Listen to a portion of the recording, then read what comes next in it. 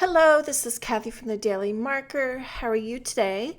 I have a short 15-minute-ish video for you. I want to show you how I colored this butterfly. These are some awesome stamps. They're big. This is a big painting I did.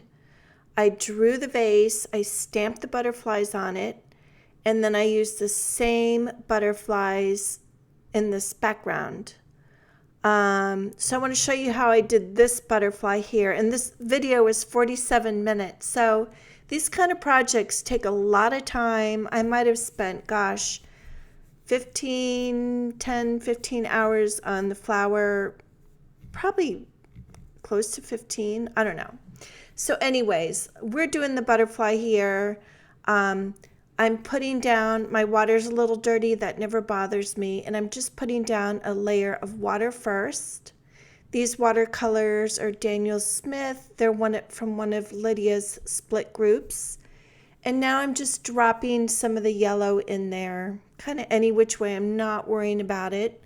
I just kind of want a lighter area and a darker area if possible. So I'm wetting that surface. Now, when you wet your surface, I'm making sure I take the time that my water goes up. It covers that entire little area and it goes to the line. It gives you a much finisher look. And as I say that, I can see where my brush is. It didn't go up to the line, but don't worry, I'll be filling that in. So you can see that I'm trying to keep a little area lighter just because it always looks better. It looks like you're considering where the shadow is from and such, which I never pay attention to the light source. It's too stressful. I always just shoot for a lighter area and a darker area. So now I'm wetting this other area on the butterfly. And I'm just doing the same thing. So I want to talk to you about color choices and stuff, composition.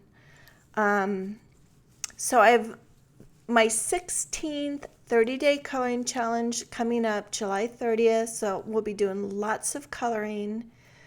And I did this flower first on this painting.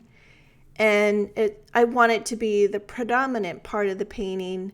So I left the butterflies for last to color, and I didn't want to get all caught up in what color should I do these butterflies. I went more into the feeling of what do I feel like coloring. I'm sticking with the original palette that I had for my painting, so it kind of narrowed the colors down. I try and work within just that. One, it's easier, and it's just, I think, more pleasing to the eye to have kind of a similar palette. So I just felt like yellow could be a nice contrast, and I don't color with yellow a lot, and I just felt like, hey, I'm just going to do yellow. So now I'm decided to, I don't know, I wanted something bright on the butterfly. So I picked up they're called Karin Markers, but I like to say Karin. And I put some water down, and then I dropped the tip of the marker onto the wet area, and then I spread it with my brush. I think this is the best way to use any watercolor marker. And I'm dropping that color in, and then I'll spread it out.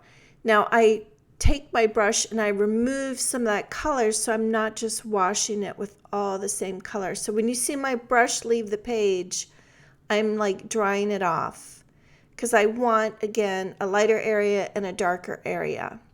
So now I'll just let it kind of spread around by itself, and I'm going to move on to some other parts of the butterfly, making sure that I touch all the areas with the water and then just dropping that color in. So I didn't get caught up. What color should I use as an accent color? I just kind of went for it. That's my top 10 coloring tips, is to be fearless. You just kind of got to go with your gut instinct. What was I going to say? Don't worry if a little bit of that color comes into the other area. It just makes it more interesting. and then I'm moving on to the other side of the butterfly. Everything was stamped. I used the scrapbooking MISTI. I think the paper's 18 by 24, 18 by 30 or something. And I put the paper in the middle of the MISTI and stamped everything with Gina K Amalgam ink, Warm Glow, and then I used like kind of a greeny one on the butterflies because my amalgam ink is running out. I use it all the time. Okay, so it's kind of good if you have to run somewhere and to give it a little bit of time to dry, which is what I did, and then come back to the other areas. Now, I love to mix the different paints, the different mediums, like the Karin Markers with the Daniel Smith, and whatever you have, the Alt New, just mix and play around. When there's like kind of precision small areas, a watercolor marker is really nice to use. Drops in a concentrated amount of color, and then you can just spread it around. So I find it a lot faster, actually, than working from a palette. A lot of times I'll scribble my marker on the palette and pick up some color that way, which once this was all finished, I was doing laundry and stuff, and then I took the leap to add some gray and black to my flower, and that's always a little scary. When I painted the flower, I brought in some brown, and I just wanted to challenge myself. I always finish a piece with pencil and some marker, and I was just challenging myself just to use paint only. So one of these days I'll get a video on that. It's just so time consuming. I mean, oops, sorry. Just alone, this little butterfly was like 57 minutes. And you get lost. You don't think that it's taking that long. And that is the joy of coloring. It just takes you away from everything, the news, COVID, Black Lives Matter, just kind of gets you in the zone. It recharges you to do all the important work that we need to do in our life to make our country better. So now I'm going to be working on these areas. You really don't even have to bring in any color here because they're darker and they're interesting by themselves, but I love to color. So I'm just using some like dark blue on these circly kind of details on this butterfly. Now I keep referring to this stamp as a butterfly, but it's really a moth technically. So anything with wings is a butterfly to me. And I love these Colorado Craft Company stamps. They are big. I like to make large things. It's relaxing. Having a larger scale stamp, it gives you room for your water to spread, to get a nice blend, to play a little bit. When you're working with a teeny tiny image, it can be very frustrating. Now, hopefully, a big image isn't intimidating. It shouldn't be. You just want to use a larger brush. And then when you go into these smaller areas, use a smaller brush.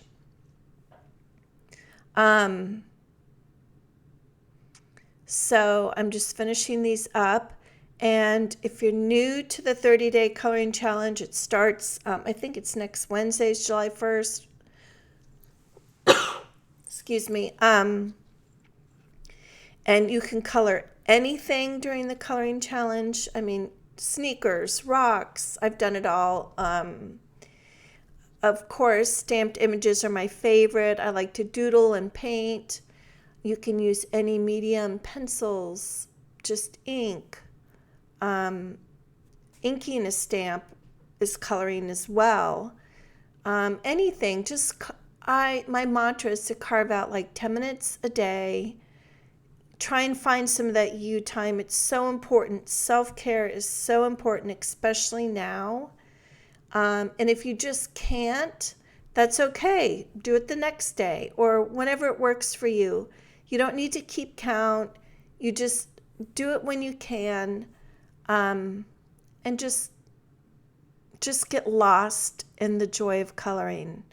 A lot of times I will just color part of a flower or a partial image because like this butterfly here took an hour. We don't always have that much time, and my kids are grown, so I should have more time to color, but I don't. Like this, I colored this in like 3 or 4 different sessions. So that's it. Just try and find 10 minutes, but if you can't, it's not a big deal. You'll be coloring more than you normally do. And then tag me on Instagram. Use the hashtag the Daily Marker 30 Day, and I'll try and find you and encourage you. And then I'll be posting on my blog. I'll also have a place in my blog where you can link up if you'd rather do that. And then there's a Facebook, which I just do not check into. Some of the ambassadors do, but I really suck at Facebook, and I just wanted to give you Facebookers a community as well. So that's kind of the coloring challenge in a nutshell. There's a big bumblebee from Colorado Craft Company and a big ice cream cone and cupcake, and I'd love to make shaped cards, so I'll be coloring some of those too throughout the month. And so I hope you'll play. So now I'm just like putting a line of water here, and then I'll be dropping in some more color with the point of my marker. And that's just how I like to do it. Now, when I painted the butterflies on the vase that I drew, you can see where the 2 wings separate from each other. On the vase, I brought the background between the 2 wings just to make them a little bit different. I didn't want them to look exactly the same as the background butterflies. So keep that in mind. You can always do that. And but I had so much fun doing this. It was just so rewarding to take my time and work on a big project. And I'm really grateful for these big stamps. So I'll have all the links in the description. They'll be on my blog. Now, when I finish this, you can see that line from the wing on the right and the left, and then the bottom 2 wings. I'm going to, once I turn this off, I realized, I said to myself, you really aren't finished here. You need to just differentiate the 2 wings. So I wet a line of color, and then I brought in some brown, just like I'm doing with the blue. So then it just darkened that area and gave more definition between the 2, the wings. So don't be afraid to try those things. Just go for it. You can fix almost everything, and if you don't like something, let it dry fully or heat set it, and then DM me or something and ask what I would do to fix it. And 90% of the time, there's a way. Even if you spill something, like there's a way. It might even be more than 90%. So anyway, don't go throwing your stuff in the trash, okay? You got to follow through with what you originally planned, and it will come out in the end if you give it time, if you give it patience. So I'm just working that navy around, adding some color. And the contrasting colors is what really makes things pop. And I know that's what most of you are afraid about doing. So if you can just like get out of your head, put a book on tape or some music, and just forget about any of those fears and let yourself bring in some darker, contrasting color. It makes the biggest difference in the whole wide world. So that is my coloring spiel for the day. This is the first time in a long time I haven't added any marker to this finished piece. But that's a great way to bring in some added touches or a colored pencil at the end. So I can't wait to see what you guys will be coloring, and I'm super excited for the coloring challenge, and I'm so grateful for all of you in this awesome community. We just encourage each other, we spread love, kindness, and it just feels so good. So check out my blog, The Daily Marker. I'm just going to finish this up, and then I'll show you where that brown line is. That you'll see it on the photo in this next slide in a minute. So please just try and get out of your head a little bit, and just bring back the joy of coloring. Now here's the final piece again. Can you see that line of brown on the moth/butterfly on the right? And those are the two stamps on the right, the two inks that I used, and my palette. And then here's a before and after of me adding gray and black to the flower, and then I added black to the center body of the butterfly, and you can see that brown line as well. Those little details make such a difference. So here's my new logo for the 30-day coloring challenge, and I can't wait to see you guys. Thank you for watching, and check out the supply list if you want to get those stamps.